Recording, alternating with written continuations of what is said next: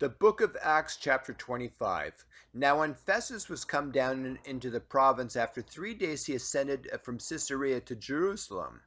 Then the high priest and the chief of the Jews informed him against Paul and besought him, and desired favor against him that he would send for him to Jerusalem, laying wait in the way to kill him. But Festus answered that Paul should be kept at Caesarea, and that he himself would depart shortly thither.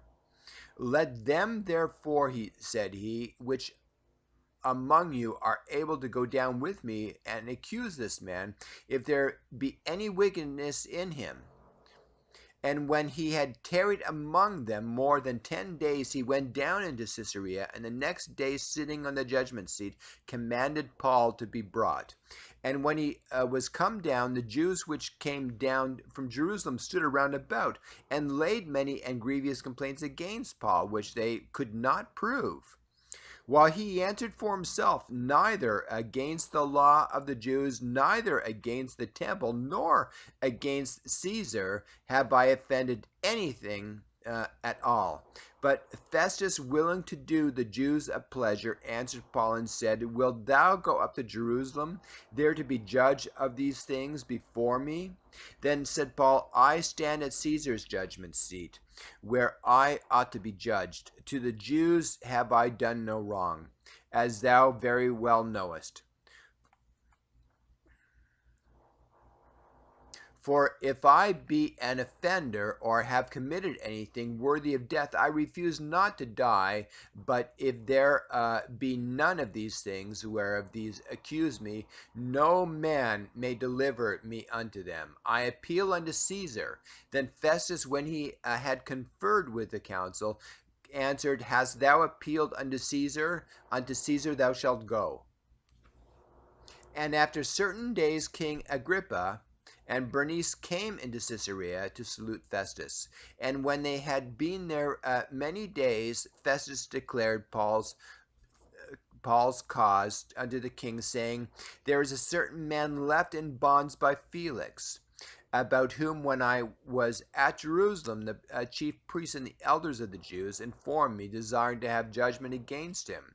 To whom I answered, It is not the manner of the Romans to deliver any man to die before that which he is accused, to have the accusers face to face, and have license to answer for himself concerning the crime laid against him. Therefore, when they were come hither without any delay on the morrow, I sat on the judgment seat and commanded the man to be brought forth, against whom when the accusers stood up, they brought none accusation of such things as I supposed, but had certain questions against him of their own superstition, and of one Jesus, which was dead, whom Paul affirmed to be alive.